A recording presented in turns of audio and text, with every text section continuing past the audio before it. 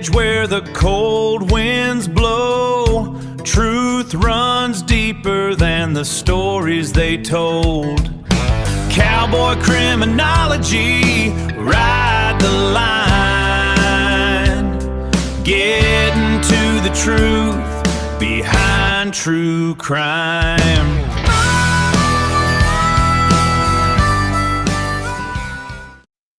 Hey, good afternoon, Cowboy Criminology crew. This is Derek Judd, the Cowboy Criminologist, here on Cowboy Criminology. Wanted to try to get a special video out tonight. A while back, about a year and a half ago, I did a video about a police officer in Martha's Vineyard who was getting a lot of backlash for a traffic stop he did on a famous pop star named Justin Timberlake.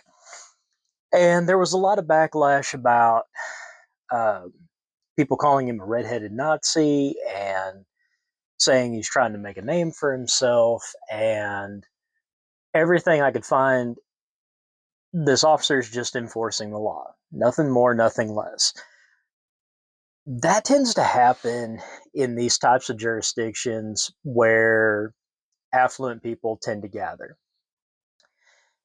And it puts law enforcement in kind of a danged if you do, danged if you don't situation, because people are going to accuse law enforcement of over policing or giving preferential treatment.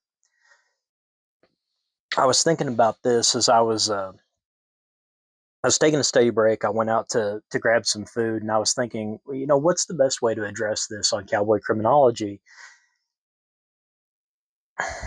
And really, I don't know that there is a good way to address that.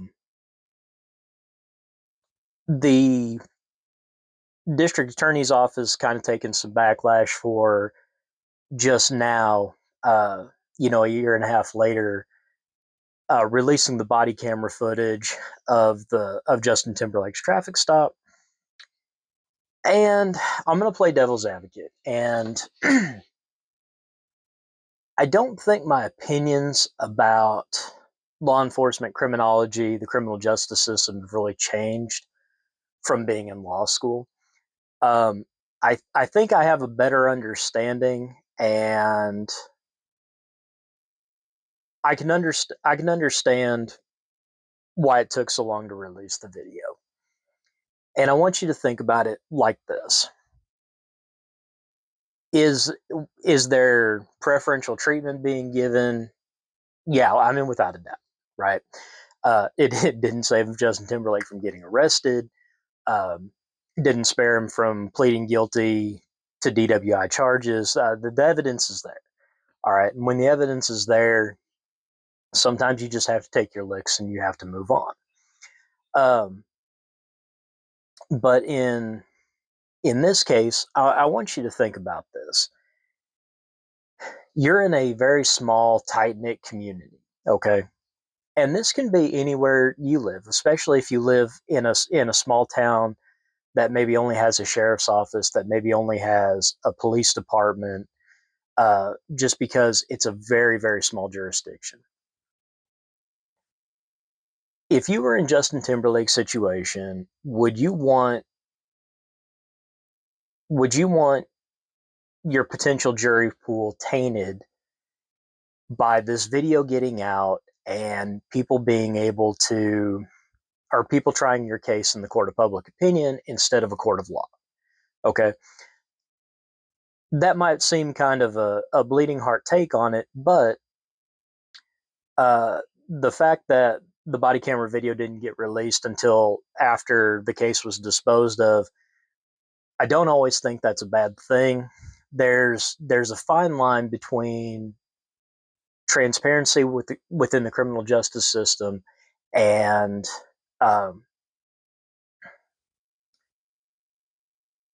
transparency within the criminal justice system, and then potentially tainting your entire jury pool, where everybody's seen the video and there's no real way to ensure that that the defendant gets a fair trial. Okay, and regardless of the circumstances and everything, if you're going to try somebody for a criminal offense, they deserve a fair trial, and sometimes that means you can't uh, you can't be as transparent as maybe you'd like, as maybe the public would like. That's not necessarily,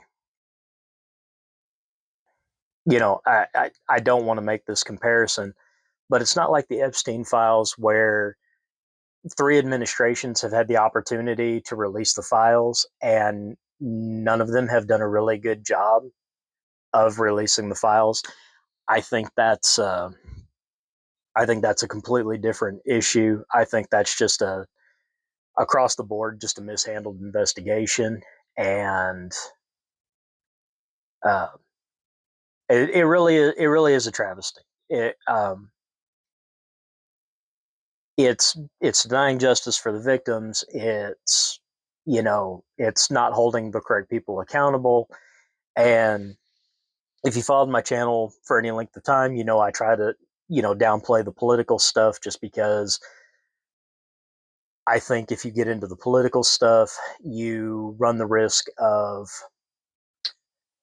you run the risk of losing sight of the criminology side, and then it just becomes a red versus blue, Republican versus Democrat, conservative versus liberal point of view, and then it just becomes an exercise in futility where you don't really get to the truth behind true crime. So I try to stay out of that, but um, an injustice has been done, and multiple administrations have had chances to make it right. Nobody's done an exceptional job. Each administration has done something. I don't think it's enough, but I've also got some other opinions about that don't really have anything to do with this. So before we get into the Justin Timberlake video, I do want to do a special shout out to Dan D True Crime. As most of you know, I kind of ended my hiatus, and I'm trying to find time to make these videos again.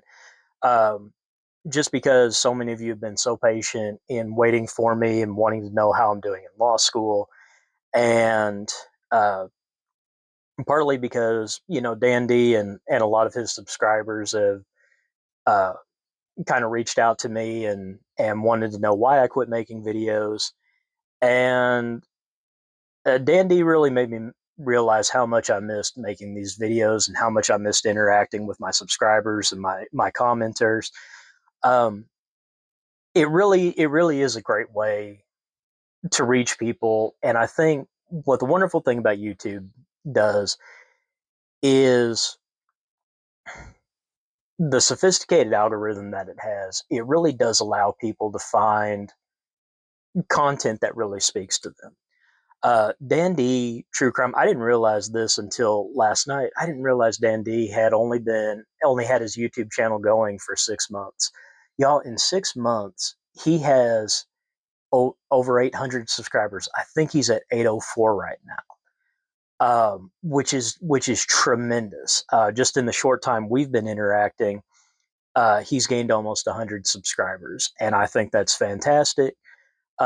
So if you haven't had a chance to check out Dandy True Crime, I highly recommend you do it. He has a very humorous take on true crime, uh, but he also has a lot of insight into what's going on, and so it's funny to hear him be funny and do his satire, and then in the same time he's demonstrating a functional knowledge of criminology that I think escapes a lot of true crime hosts. And so Dandy True Crime, congratulations on 6 months and what you've accomplished. It's absolutely tremendous.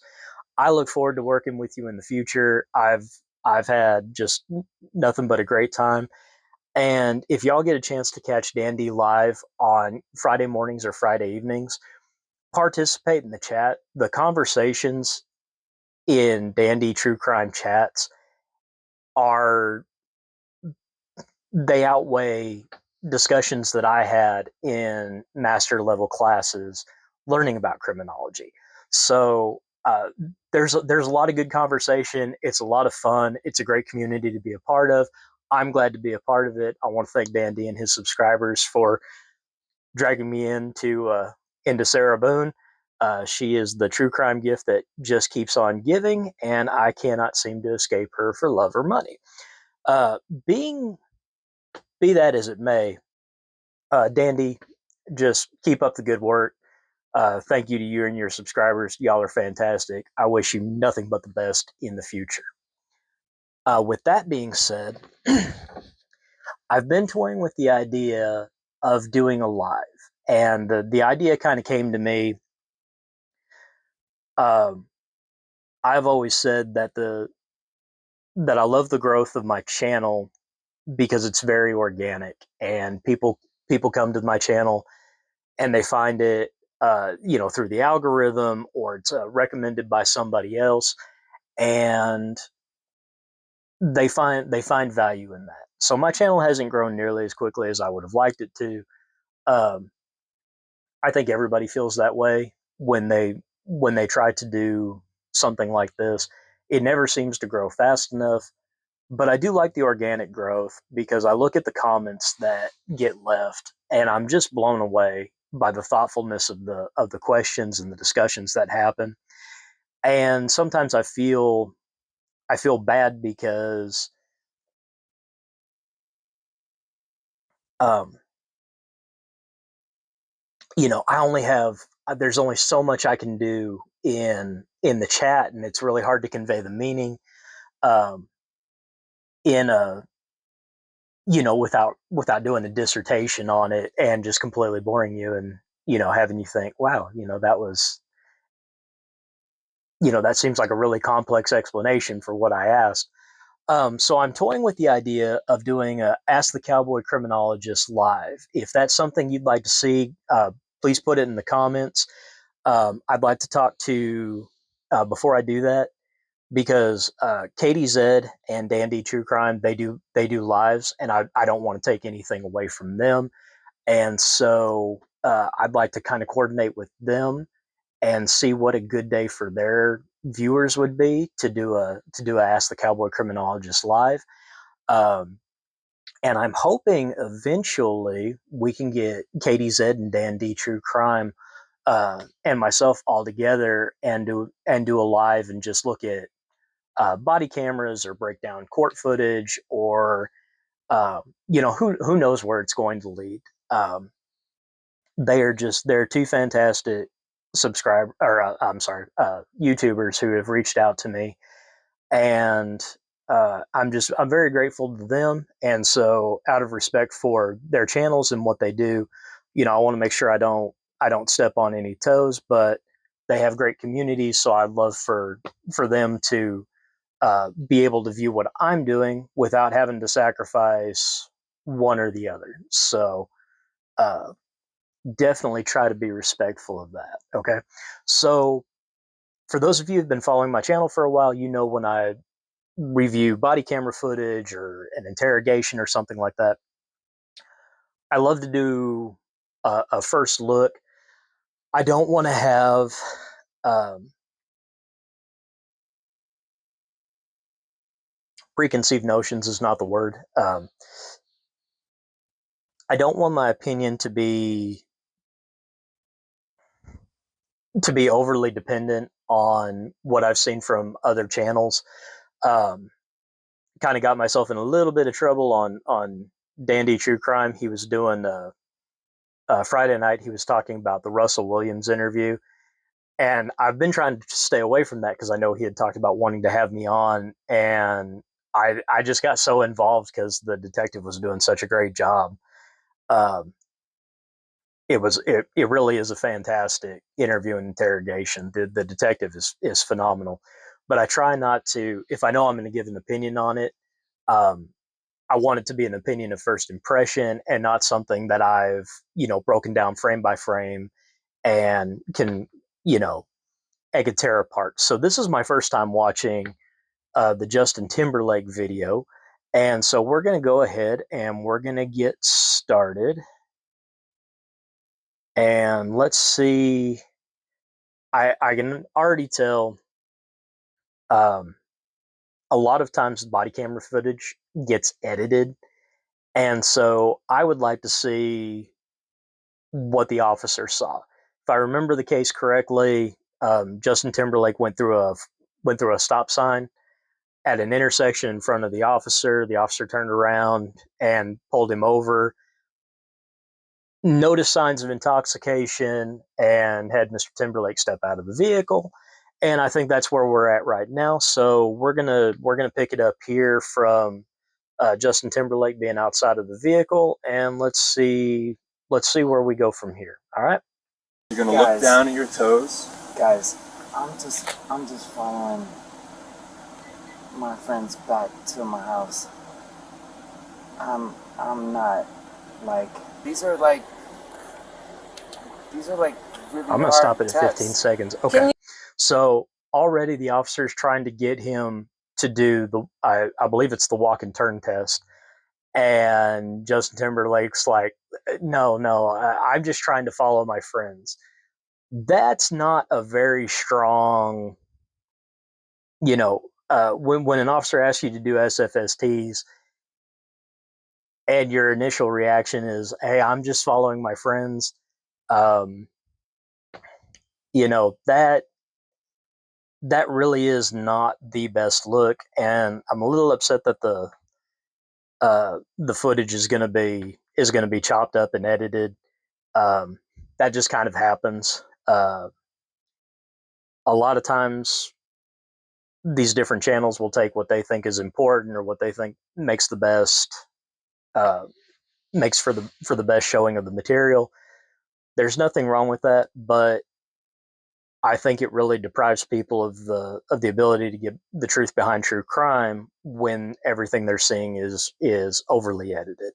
So we'll pick it up here at 15 seconds. You guys please just do me a favor because you loved Bye Bye Bye or like Sexy Back. So like do me one favor. They won't let you out. I did everything. They won't let you out. And then when we do this, just like you're doing right now, arms, feet together, arms by your side. You're doing it just now. I'm just going to re-explain it before we continue, okay? Arms by the side, feet together, and then you're going to keep your head straight and just keep your head straight, only follow with your eyes, okay? Okay. You understand that? All right. Yes, sir.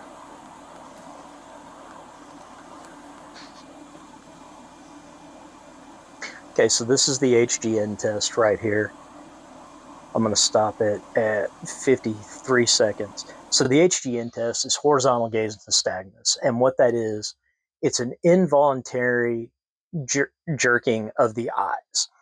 And there are some videos you can actually find it on YouTube. There's some really good ones, and you can see it. It's very, very pronounced. And there's two different checks. There's what they call HGN, horizontal gaze nystagmus, prior to 45 degrees, past 45 degrees, and then there's vertical gaze nystagmus, which is up and down.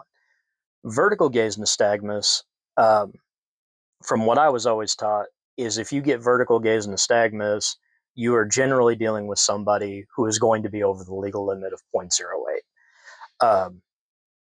I have, in my experience, that's always been the case. I don't know if that's an old wives' tale. Some people don't like using the vertical gaze nystagmus. I've always liked it because sometimes it's a lot easier to see than it is the HGN. Did y'all catch that? Please, will you do me a favor because you like Bye Bye Bye? Uh, know your audience, girl. Come on now. Are you serious?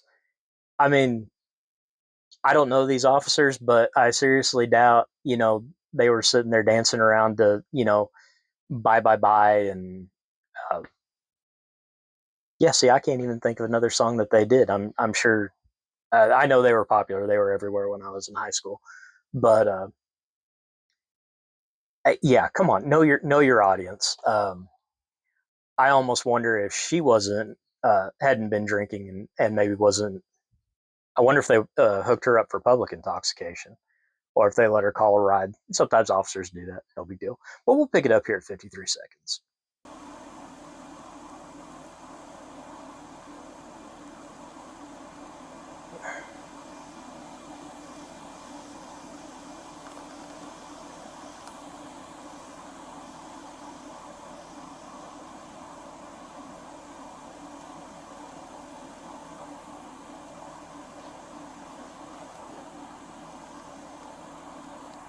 You see Justin swaying just a little bit.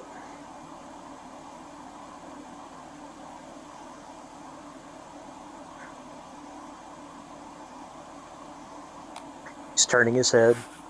He's supposed to be keeping his head straight. Not being able to follow directions is a big indication of intoxication. And then this last one.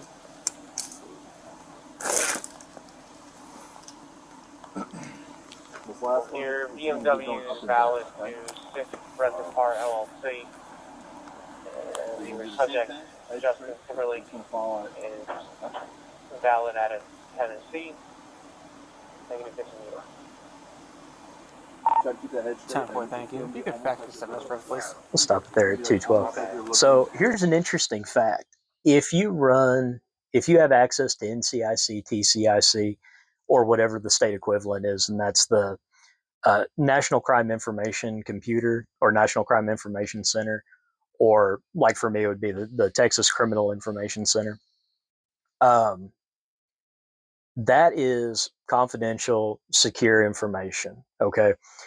And if you run a high-profile individual by name or date of birth, driver's license number, you can expect to be getting a phone call from the Secret Service or the FBI. A lot of officers have gotten in trouble for, there was one, what was it, 2013, 2014, who ran Barack Obama's name and date of birth. And yeah, that got a phone call quickly. I had an interesting one. I was working and I stopped a young lady out of Louisiana whose name was Britney Spears. The last name was spelled different, and the date of birth was within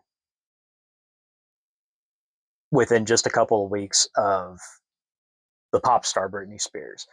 And after the stop was over, I get a call from the sheriff's office dispatch, and they asked me to take a number and say, yeah, we need you to call this person. They want to know what was going on with that stop. And I was sitting here, I was like, well, that's really weird. Why does the Secret Service want to talk to me about that? And then it dawned on me, and I was like, oh, okay. And I just kind of laughed about it. Now I called them up and explained the situation. I was like, this is the driver's license number I ran. This is the proper spelling of the name. This is the proper date of birth. It just happened to be a sound X. It was not the actual. There's not the actual Britney Spears. This was a traffic stop. I wasn't just running somebody for the sake of running somebody. Oh, okay. Have a good night, officer. Click. And it was no big deal. But yeah, the Secret Service and the FBI, when you run somebody of a high profile status like that as a law enforcement officer, you either want that person in front of you or you want to have a really, really good reason for needing that information. So we heard that Justin Timberlake has a valid license out of Tennessee. So that's, not an issue there. I will say this: SFSTs, especially at nighttime, there's no good way to do that. Now, I like the fact that the officer has backup, but from a safety standpoint, the officer's at a very vulnerable position, and that's not a critique on the officer. It's just that's just kind of the nature of the beast, and there's not really any other way around that. So kind of an unfortunate thing, but the officer's done really good command presence.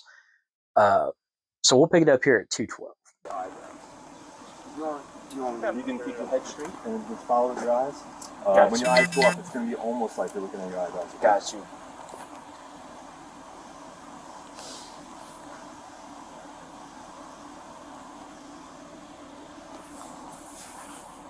Yeah, when you have to explain the test multiple times. Alright, the next thing is going to be called a walk and turn. I'm going to explain this to you. Yeah, and then it's... you're going to go ahead and do it, okay? So I'll just explain it in its entirety and then we'll go ahead and do it. Okay, It's going to be 9 walk and turn. heel-to-toe steps, followed by a series of small steps, turning around, Okay. followed by 9 heel-to-toe steps back. So we can use an imaginary line. If you want, there's like a little skid mark here, so we can use that. What I'm going to have you first You do, want this one or this one? it's going to be the one of your preference, okay? Just give me Whatever you want, man. You got it.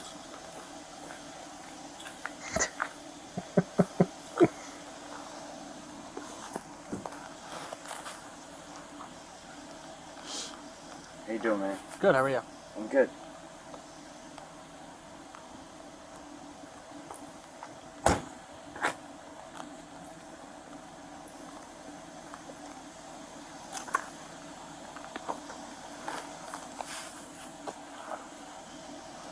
Okay. We'll start right here, and then we'll continue down this little skid mark here, and we're going to have an imaginary straight line, okay? Okay. So what I'm going to have you do, put your left foot on this imaginary line. This one? Yep, and put your right foot in front of your left. And what you're going to do, you're going to stand just like this. Left foot on line, right foot right in front of your left. And you're going to stand like this, and then I'm going to explain everything, and then we'll go ahead and do it, okay? Okay. So left foot on the line. Start too early, that's a sign. Left foot on the line first. And then you're going to put your right foot in front of your left, stay just like that. Okay? You're going to be heel to toe, like this. Heel to toe. Put your left foot on the line. Yep. You're going to have your right foot in front of your left, heel to toe. Here. Okay, so we're going to put our left foot on the line first. Put your right foot in front of your left, heel to toe. And you can stay just like that, okay? Okay. Okay. So this is going to be a series of 9 heel-to-toe steps. I will demonstrate this like you're doing right now, like this. 1, 2, 3, all the way up to 9, followed by a series of small steps around. 1, 2, 3, all the way up to 9 back. This is going to be heel to toe, so you're going to be clicking your heels as you're going, arms by your side. While you're doing this, you're going to look down at your toes. Guys, I'm just following my friends back to my house. I'm not doing anything. I'm just following my friends Stop it. back. 0515. Okay, so there's a couple things there. Some people do have trouble with the 9-step walk and turn, keeping their feet heel to toe and everything. But you can see he's a little wobbly. He's having trouble maintaining his balance. He's not doing bad at the moment, but the fact that he's getting frustrated because he's having trouble following these fairly easy instructions, and this is where we're picking up with the guys. I'm just following my friends. You see that a lot in people who don't want to continue the field sobriety test. Excuse me, standard field sobriety test, because they have to be done the same way every single time by every officer. And this is a common thing. And I don't know why people think that stopping the test and trying to do an explanation is a good way to go. It always just seems to cause more problems than it solves. But you know, I guess when you find yourself up to your neck in crap, it's not going to kill you to wet your pants. So let's see where this goes at 5:15. Just do these tests. Sure. Okay. Like I explained, it's going to be 9 heel-to-toe steps. You're going to be clicking your heels, arms by your side. Just wait until I have you go. Like this?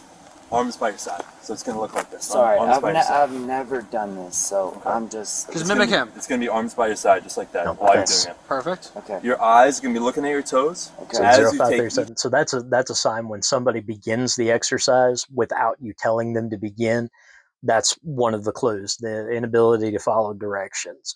So we're actually picking up multiple clues that would lead a reasonable officer to believe that Mr. Timberlake might be under the influence of something. Both of the officers are doing a good job maintaining composure. I like the cover officer, the backup officer. He's staying out of this. He's there for backup in case anything goes wrong, but he's not trying to jump into the contact officer's test. He's letting them work, and I really like that. There are a lot of officers, trust me, who no matter how hard you try, you cannot get them to understand. One person gives commands and everyone else is, there for moral support. I mean, just let the contact officer work. So we'll pick it up here at 537.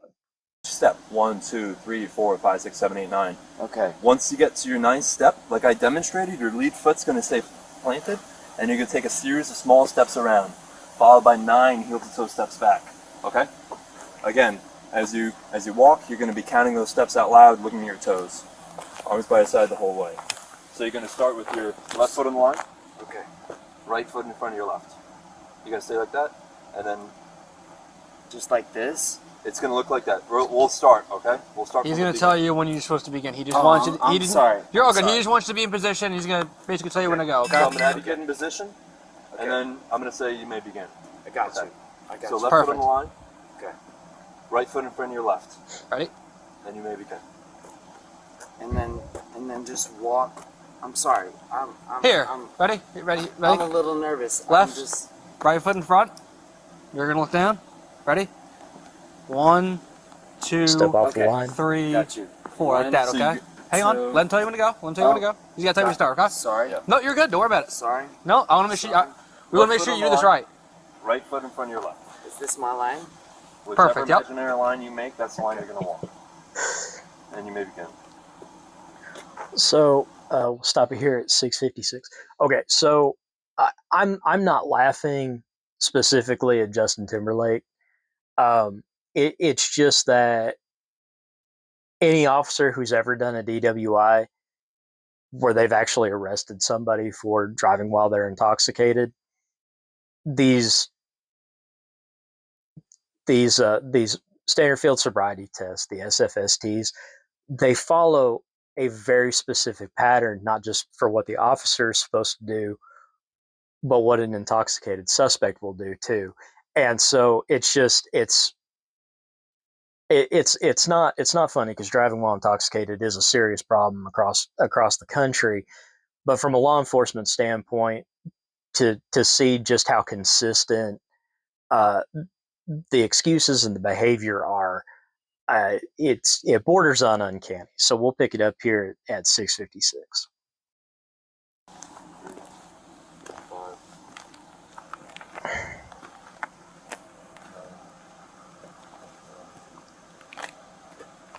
Stepped off the line. Yep. Missed heel to toe. Missed heel go to back. Those toe. 9 heel-to-toe steps back as well. Back this way. Yep. Correct. Same way you 9 went. heel-to-toe steps back. Didn't plant his foot.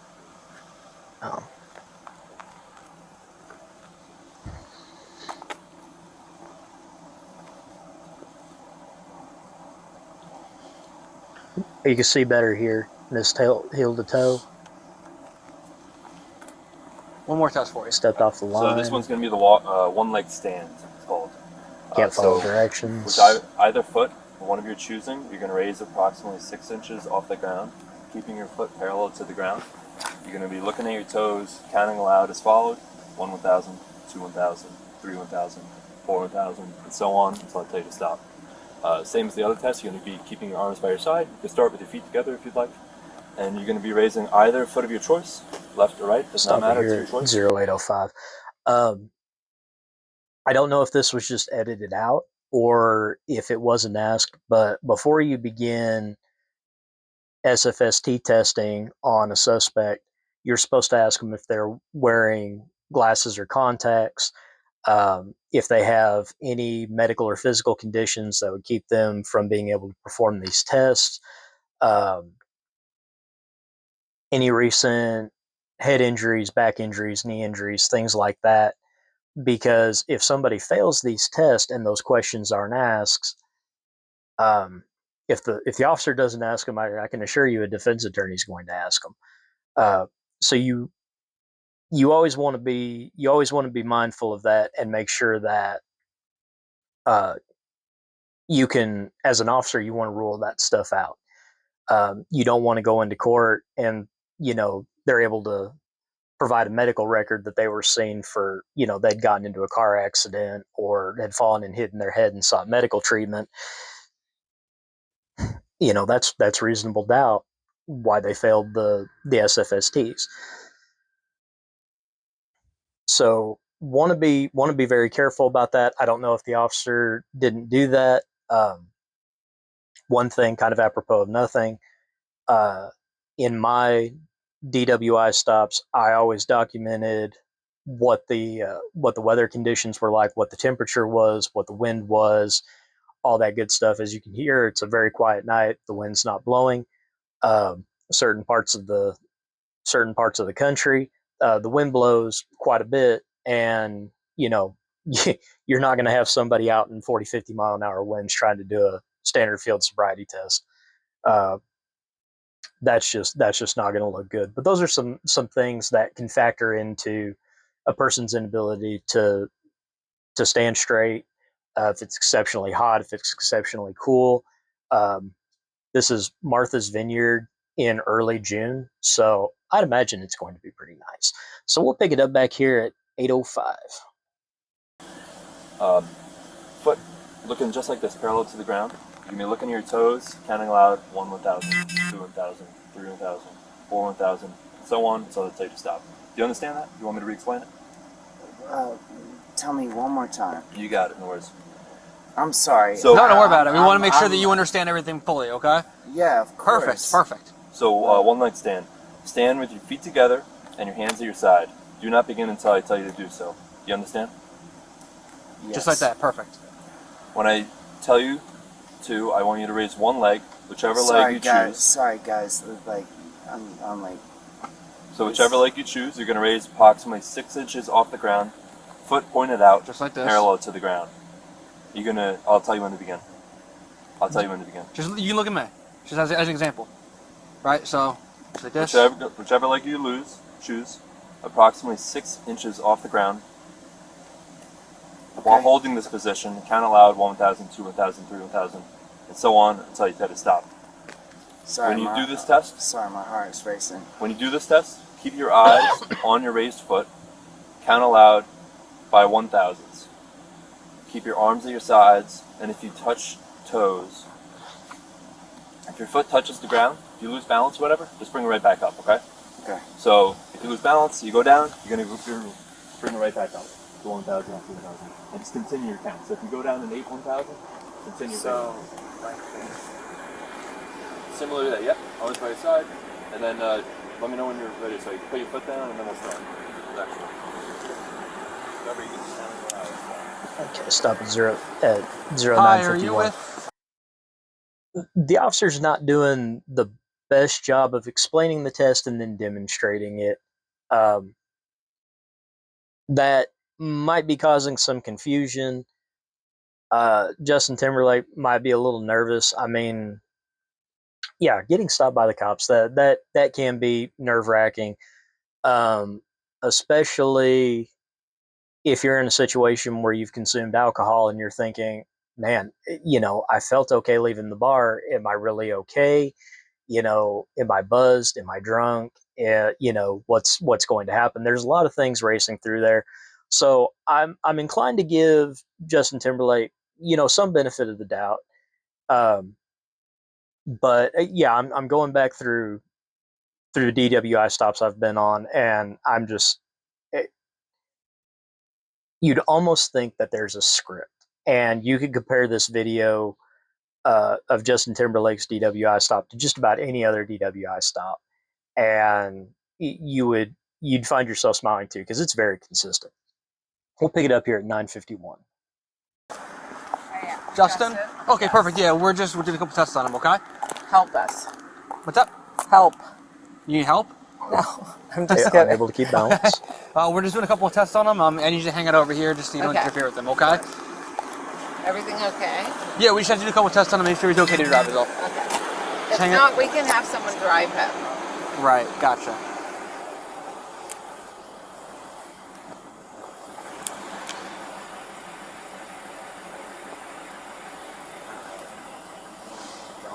Yep. Yeah. So I'll tell you something. Yep. Okay, 10:31. So the concerned bystander comes up and now is asking for help. They're not asking for help, they're asking for preferential treatment. And as I had a comment from So Fresh B2Y. They live in the community where this happened. They said the DA was very slow in getting the case to move forward, not keeping the public informed. This is one of those things that happens in these affluent communities where people have wealth and they have fame and they have power. They develop this attitude that the law does not apply to them, puts the officers in a bad situation. But this right here is entitlement. A lot of times people think no harm, no foul. I disagree with that. If somebody is given preferential treatment, especially on a DWI stop, I feel like there is a heightened chance that they will do it again, and they may not be so lucky next time, or somebody else who happens to be on the road might not be so lucky.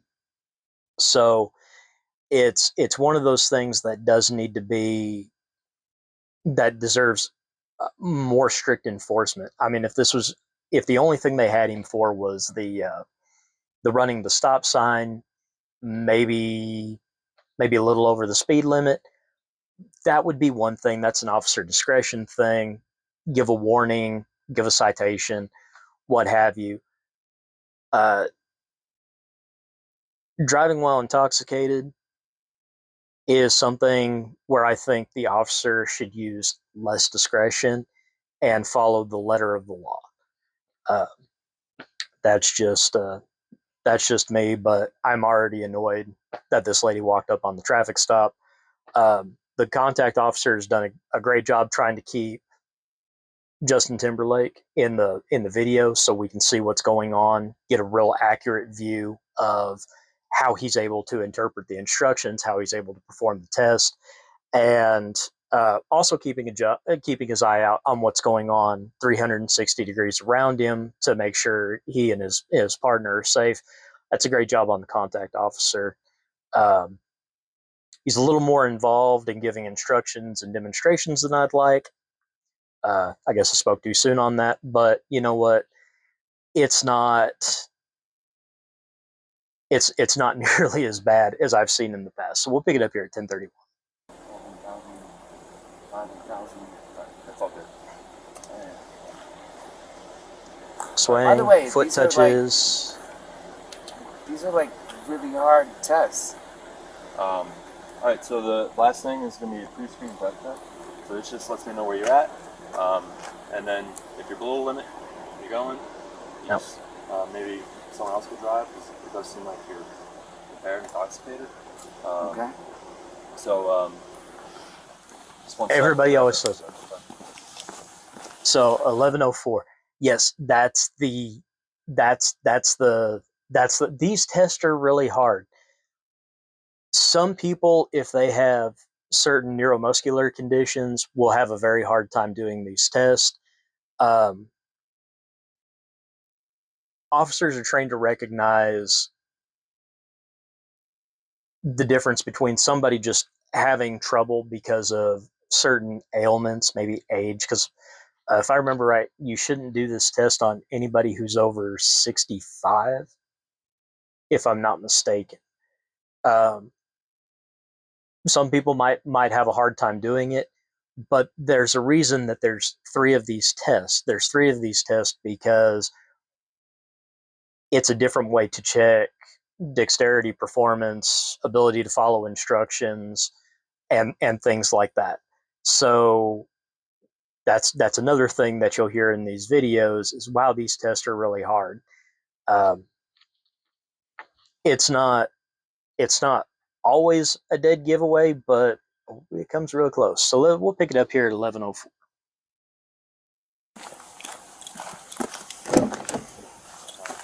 9-7 headquarters. 9-7. Stand right over here. Yes, sir. Whatever, time to stop and time check. Yeah, if we could have you just hang out in the front of the car, okay? Thank you, I appreciate it.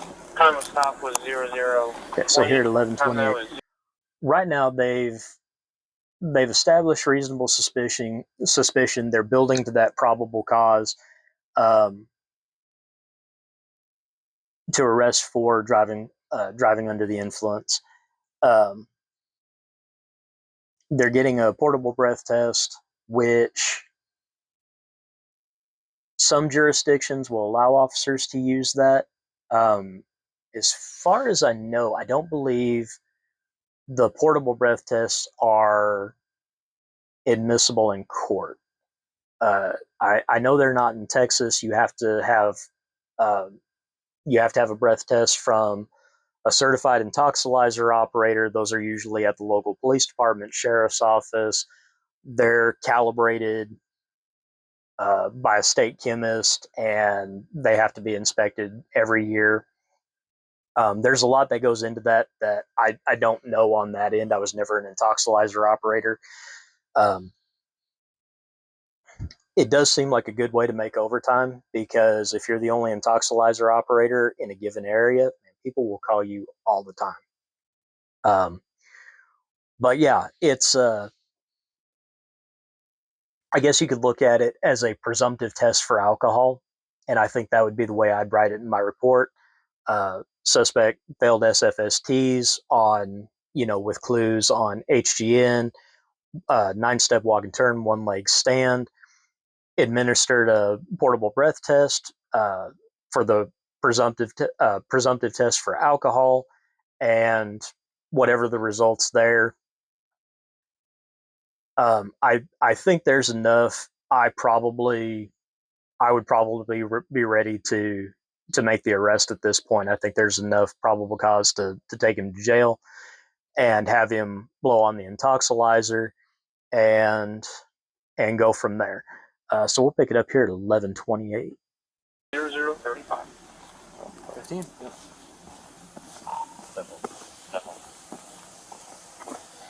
And she's walked up. For you, my sir. So stop at 11:42. All right, y'all see she's walked up. She was way at the backside of the vehicle, closer to where that other stop sign was, and now she's encroaching on these officers while they're working. That's dangerous for everybody involved. You're dividing the officer's attention. Um, at this point, she is dangerously close to interfering with the duties of a public servant. She's not physically interfering, but they're out there on the side of the road, and she's doing everything she can to make herself part of this traffic stop. A lot of red flags, and that's a very dangerous place to be in. I understand the human instinct to want to help a friend, a family member, what have you. You're not doing anybody any favors when you do that, and you're putting everybody in danger. Let's pick it up here at 11:42.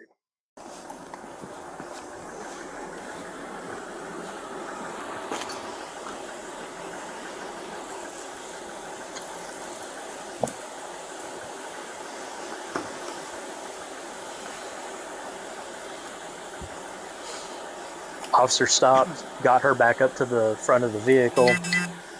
Stop here at 12:04. So before he handed off the portable breath test, he put it down, keeping his hands free in case he needed to react. this woman is just bound and determined to be part of the traffic stop. She's waving her hand, trying to get their attention.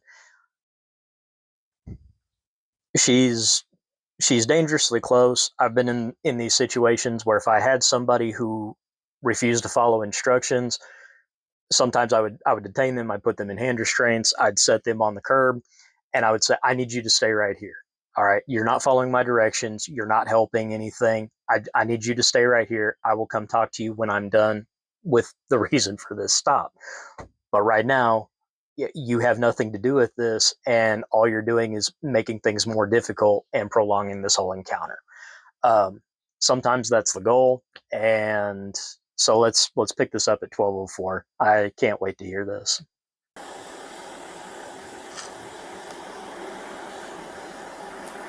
What's happening? We have to make sure that your friend here is okay to drive. Can I just drive? Well, he was already operating the vehicle, so we need to make sure that he's okay. He wasn't operating the vehicle under any kind of impairment. Got it. That's all. If he's all good, Can I We'll charge send- my phone? Is that okay? yeah, you can go in the Something vehicle. kind of interesting here at Yeah, 12:32. You see how he's got his hands behind his back?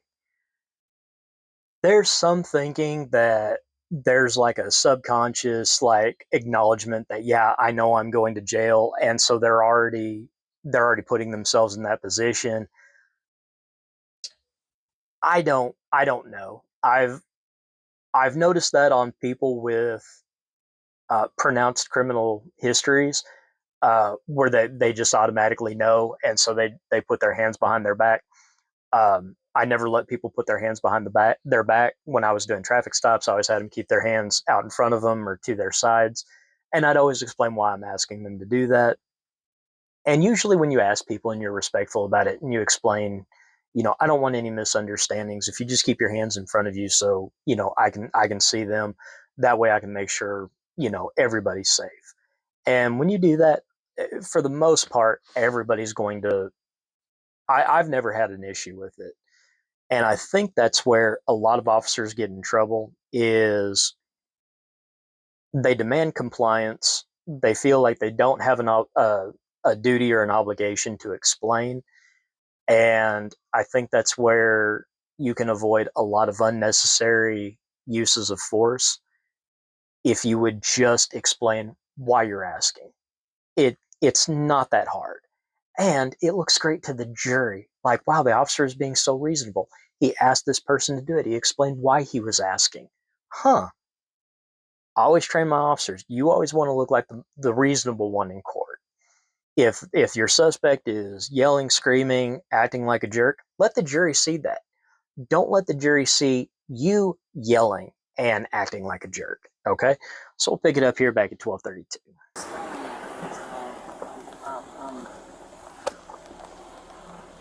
All right, just turn around for me, please.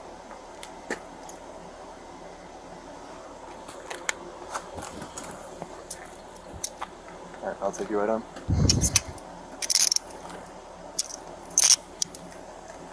Nine 7 headquarters, 132 and 192. Okay. Ma'am, do you have another way to get home? Can I drive? Have you been drinking? I wouldn't have let her You in haven't my been drinking vehicle. tonight? I had like It's one just glass me. of wine. Okay, no problem. How are you related? Friends? Friends, or- obviously. Okay, if he's okay with you driving the car, you look you're fine to me. But I don't look fine you to look you. fine to you. It's Oh, okay. I was like, wait, no, what? if you look under the front of the car. Hold on, what do I look like? If you look under the front of the car, Do it's I fine. not look good? So no, you're fine. So at this point, I know my hair sucks here, No, but like I you're usually good. look good. So at this point, he's coming with us. Okay. No, he's not. Yes, he is. No, why? He's being arrested for intoxicated. Stop it. DWI. Yes. No way. Yes. Don't say it. Yes. He's coming back with us. Okay. So you're okay to drive. Okay. I don't see any. Your eyes look perfectly fine. Your speech isn't slurred. You're you're arresting Justin Timberlake right now? yeah. we Stop are. it. Yes. Why? He was driving drunk. He wasn't. He failed every single one of our tests. So What do that you wasn't- mean? So Okay, at this point, so listen, this is a private matter with. Yeah, I don't know that I think she's good to drive. You're either very entitled or have some kind of courage going through your veins to be bold enough to walk into that situation. One glass of wine I think I'd go ahead and I'd at least try the HGN test. Maybe just have her blow. She walked up to the scene. You know, she seemed to be okay. I'd be okay letting her walk away, but I think I would have impounded the vehicle. But like I said, that's just me, and just the way I do things. You know, not a criticism on the officers at all. Every jurisdiction is going to be a little different. They're going to handle these situations a little different, and most importantly, those officers are on scene. I'm not. They are a better judge of how to handle those situations than I am. So we'll pick it up here at 1356. Us and him? Okay, I can't really talk about it too much. Okay, I got it. He's coming with us tonight. He's Where? not going home. Tell me where. To the police station. Which one? Sag Harbor? Yes. On Main Street. 70 Division Street. 70. Yes. Okay, So I should come there. No. You should go home. He's going to be with us all night. The whole night? He's not. When we release him, when the judge sees him in the morning. There's no way. Yes, that's how this works. Okay. So I wouldn't. So unless you want to sit in a police lobby for the next 9 to 10 hours, which I don't recommend you do. I would recommend you take his car if that's okay with him. We have to confirm that with him first. Okay, let's go talk to Well, him. what's your name? SD. SD. Okay, let me ask him. I got it at this point. Okay, it's I us and not understand. you. Okay. No offense, but I got it. It's just protocol. Okay. I'm gonna see if she can take the car. Okay.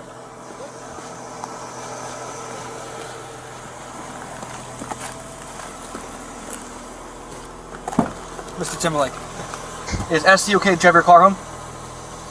Do you care if she takes your vehicle tonight? You're okay with that? Okay. Thank you. Okay, SD, Miss. Help for the night? And then he's arranged No. for the morning, Unfortunately not. and then guys, and then come he'll be released. What happened?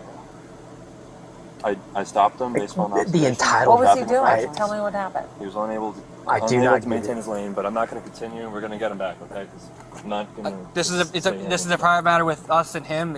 I don't want to say it doesn't concern you because I don't want to be rude. However, it is a matter between us But and can him. I talk to him real quick? No, not anymore. No, he's in our custody now. Okay. So he said, I talked to him just now. You're going to take the car home. Okay. You don't show any signs of impairment. No slurred speech. Your eyes are good. Okay. So you're going to take the car. Okay. If you want, he'll get a phone call. He can contact. 1549. How many times, like seriously, how many times have the officers had to explain to her? Like at this point, I'm going to tell her to walk. I'm going to impound the vehicle because obviously she's not able to understand either. And I'm starting to be more and more suspicious that she's not okay. Yeah. This kind of behavior right here, the do you know who I am? Do you know who that is? How important they are. These officers have maintained their composure really well. At this point, though, I would have told her to just start walking, and I'd have impounded the vehicle. They've explained it to her multiple times. She doesn't seem to understand. They don't care who he is. I'd almost love to have a printout of the DWI statute and say, look, this is the copy of the DWI statute, and nowhere in there is there an exception specifically for this person. But yeah, she's only been a part of this for like 3 minutes, and I'm already irritated with her. So we'll pick it up here at 1549. Contact whoever he needs, whether that be lawyers or family or whomever. Okay, he can contact you possibly if if he chooses to. So you can take his car. I don't know where you were going, but feel free to take that. And if you want to, if someone wants to pick him up, Can I give you his phone? is his phone in the car? Yes. That's It fine. doesn't I mean, answer. Yeah, it's fine. But you'll give it to him. Oh yeah, of course. It'll go into our property section with him, and then He won't get it? No, not while he's in custody. No, he'll get it when he's released. Yes, so he can call someone when we release him from custody. But it will remain in my possession. But should I ask him if he wants it or if he wants me to keep it? You can't talk to him. There has to be a moment of talking. No, not anymore. Please help me. Not anymore. Hold on. Okay. So Hold on. this Can is I? this is the registration of the vehicle. Just make sure it stays with the vehicle, okay? I have his phone. Yeah. Yep. Can you guys please just do me a favor because you loved bye bye bye or I'm like happy- sexy back? so- I'm like, happy- do me one favor. Let me ask him if he wants me to give him his phone. Yeah. I mean, This is it's- insane. So it's not going to be a long thing. I'll let you walk up real quick. Please. Listen, help. listen. Okay. 1652. So whenever I've taken anybody into custody, taken them to the jailers have always asked the individual, do you need any phone numbers off of your phone? They give them a pen, piece of paper, write down whatever name and number you're going to need. Then the phone is turned off, it's logged into the property, and it's given back to the individual after they're released. It's a very simple process, and it's a common sense process. Like I don't think there's anybody who reasonably thinks that somebody who gets arrested will have absolutely no access to be able to use their phone. And the faux surprise in her voice, uh she's either living in a reality so far away from what the rest of us are, or she's just being deliberately obtuse, and I think it's the latter. So pick it up here at 1652. I'll let you walk up real quick, but that's going to be it, okay? I'm just going to go back.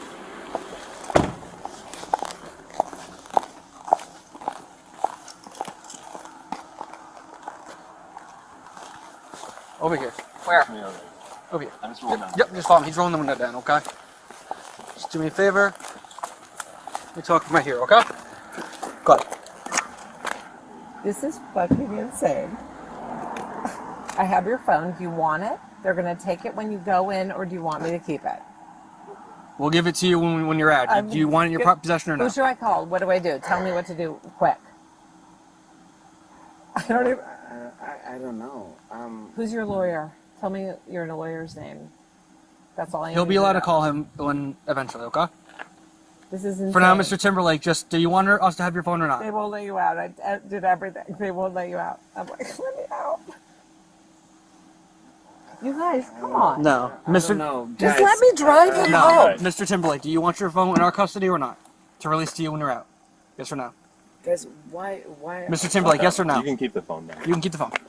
Okay, Alright. come on. Step back from the car, please. Let me just ask Step you, back from like, the car. why are Thank you you. arresting me? Like, I already explained that. Okay. So you're going to take his car home, okay? Of course. Keep the phone. We'll allow him to make a phone call from our lines later tonight, okay? And as well when we release him, okay? Okay. Thank you for your cooperation, man. Wow, that was, for the most part, it was a pretty good video. It was a little painful there at the end. They're on scene. They've got tactical command. They know better what's going on. I think after that, I would have just said, okay, he doesn't want the phone. He doesn't understand what's happening. I probably would have taken the phone and just put it in with his property. There's this idea that law enforcement's going to go through your phone once you're in custody. If they do that without a warrant, there's a problem, and it's going to be really difficult to get a warrant for a cell phone off of a DWI arrest. So anyway, y'all, I appreciate you spending an hour with me.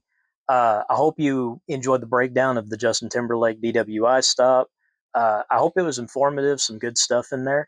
I'm Derek Judd, the Cowboy Criminologist, here with Cowboy Criminology. I'll see you next time, Cowboy Criminology crew. Out on the edge where the cold winds blow, truth runs deeper than the stories they told. Cowboy Criminology, ride the line, getting to the truth behind true crime.